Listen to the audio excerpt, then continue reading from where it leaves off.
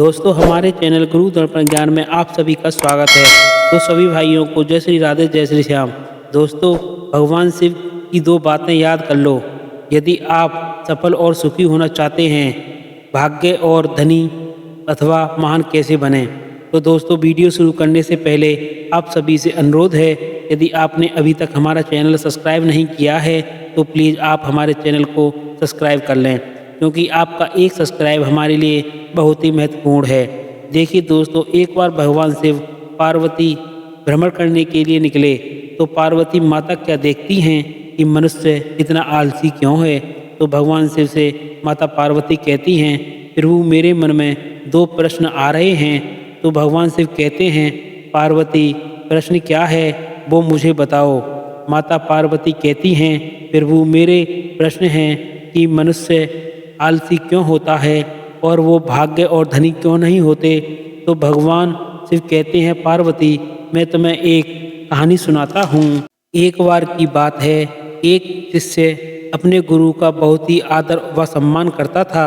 भगवान शिव कहते हैं, पार्वती गुरु भी अपने उस शिष्य से बहुत स्नेह करते थे, लेकिन वह शिष्य अपने अध्ययन के प्रति बहुत ही आलसी और स्वभाव से दीर्घसूत्री था। वह सदा स्वाध्याय से दूर भागने की कोशिश करता था। आज के काम की वह कल के लिए छोड़ दिया करता था। अब गुरुजी चिंतित होने रहने लगे कि कहीं उनका शिष्य अपने जीवन संग्राम में पराजित न हो जाए। तो भगवान शिव कहते हैं, पार्वती आलस्य में व्यक्ति को आक्रमण बनाने की पूरी सामर्थ्य होती है।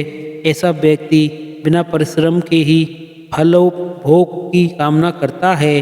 वह शीघ्र ही निर्णय नहीं ले सकता, और यदि ले भी लेता है तो उसे कार्यान्वित नहीं कर पाता। यहाँ तक कि वह अपने पर्यावरण के प्रति भी सजग नहीं रहता है और न भाग्य द्वारा प्रदत्त सुअवसरों का लाभ उठाने की कला भी प्रवीण हो जाता है।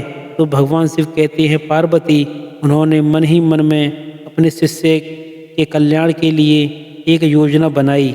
एक दिन एक काले पत्थर का एक टुकड़ा उसके हाथ में देते हुए गुरुजी ने कहा, मैं तुम्हें यह जादुई पत्थर का टुकड़ा 2 दिन के लिए देकर कहीं दूर गांव जा रहा हूँ। जिस भी लोहे की वस्तु को तुम इसे स्पर्श करोगे तो वह स्वर्ण में पराजित हो जाएगी। पर याद रखना कि मैं दूसरे दिन सूर्यास्त के बाद में इसे तुमसे वापस ले लूँगा। तो भगवान शिव कहते हैं, पार्वती शिव इस शुभ अवसर को पाकर बहुत ही प्रसन्न हुआ, लेकिन आलसी होने के कारण उसने अपना पहला दिन कल्पना करते करते बिता दिया कि अब उसके पास बहुत सारा स्वर्ण होगा। अब वह इतना प्रसन्न होने लगा कि उसे पानी पीने के लिए भी नहीं उठना पड़ेगा। फिर दूसरे दिन जब वह प्रातःकाल जागा, 3 से अच्छी तरह से स्मरण था कि आज स्वर्ण पाने का दूसरा और अंतिम दिन है। उसने मन में पक्का विचार किया कि आज वह गुरुजी के द्वारा दिए गए काले पत्थर का लाभ जरूर उठा लेगा, और उसने निश्चय किया कि वो बाजार से लोहे के बड़े बड़े सामान खरीद कर लाएगा और उन्हें स्वर्ण में पराजित कर देगा। दिन बीतता गया, पर वह इसी सोच में बैठा रहा कि अभी तो बहुत समय है, कभी भी बाजार जाकर सामान लेता आऊँगा।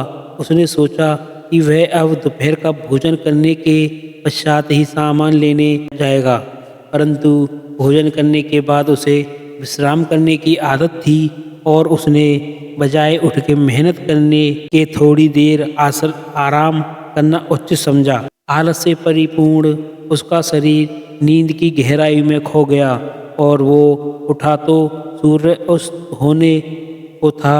अब वह जल्दी जल्दी बाजार की तरफ भागने लगा और रास्ते में ही गुरुजी मिल गए।